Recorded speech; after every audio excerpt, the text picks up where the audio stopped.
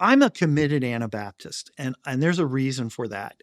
I think we have recaptured some of what the early church had and got lost as the early church started interacting with the state and started making gradual changes, um, and lost some things because of that. And we recaptured those things that the early church had. Namely, how do you form a true church? Well, you'd form it by preaching the gospel. And when somebody can consciously say, I agree with that, not an infant, but when somebody can consciously say, I agree with that, you start working with that person. I do think it's good to have what we call instruction class or catechesis, instruction before the people are baptized. And I think we're going to talk about that. But anyway, I think that we should recognize that the early church had really important things that the Anabaptists rediscovered, and they accepted this Trinitarian idea. In between the early church and the time of the Anabaptists, there were good things that the Orthodox or Catholic Church did. There were a lot of bad things too, a lot of corruption. But you know what? My model is God never gave up on the Old Testament Israel. They did bad things. The Northern Kingdom built 2 temples, and they put what we sometimes call idols, those golden calves. They were trying to worship Yahweh, but they were doing it in a Canaanite way. But God kept working with them. He sent the 2 first major prophets after Moses, Elijah and Elisha. And then they got swept away into exile. But exile was God's way of both punishing them and bringing mercy to help them see that they need to be committed to Yahweh.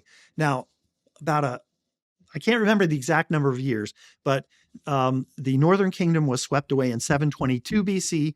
And I don't know how many years this is, but it's over 100. In 586, the exile of the Southern Kingdom occurred.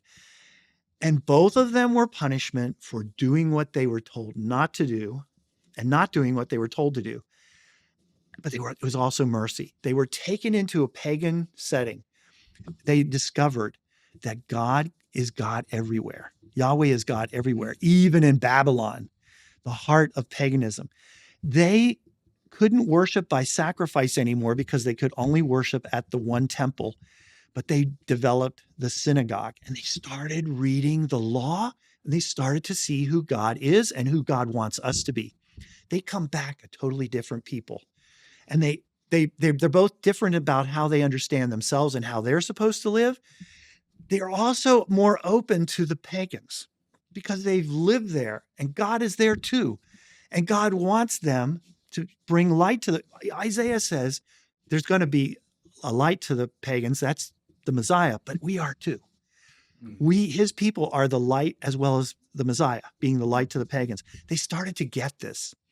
And that's and then the people that came back to Jerusalem, they were a people that the Messiah could come to. Now, he was still misunderstood.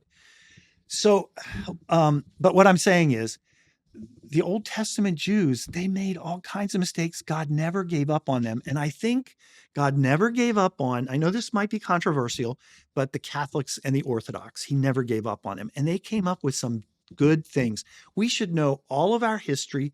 We should accept all of our history, including the Middle Ages. We should recognize there are good things there, and there are also bad things. There's corruption. And it's against that corruption that our people reacted. And so they didn't give up the Trinitarian idea, which goes all the way back to the early church. They did reject some other things that maybe they didn't have to. So I really am an advocate of recognizing all of church history as ours and recognizing that there's good and there's evil. And if we don't do that, we will get the wrong impression about ourselves. We're good. We have problems too. In the early Anabaptist movement, you have Munster, which was not a good thing, and other issues that came up. Let's recognize that all of us are fallen humans who get converted, and we need God's continued help, and we need the help of each other to get on track and to stay on track.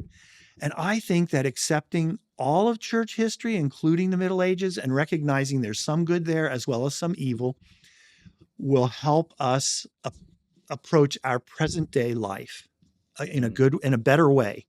And knowing something that's so foundational as the Nicene Creed is just a huge plus.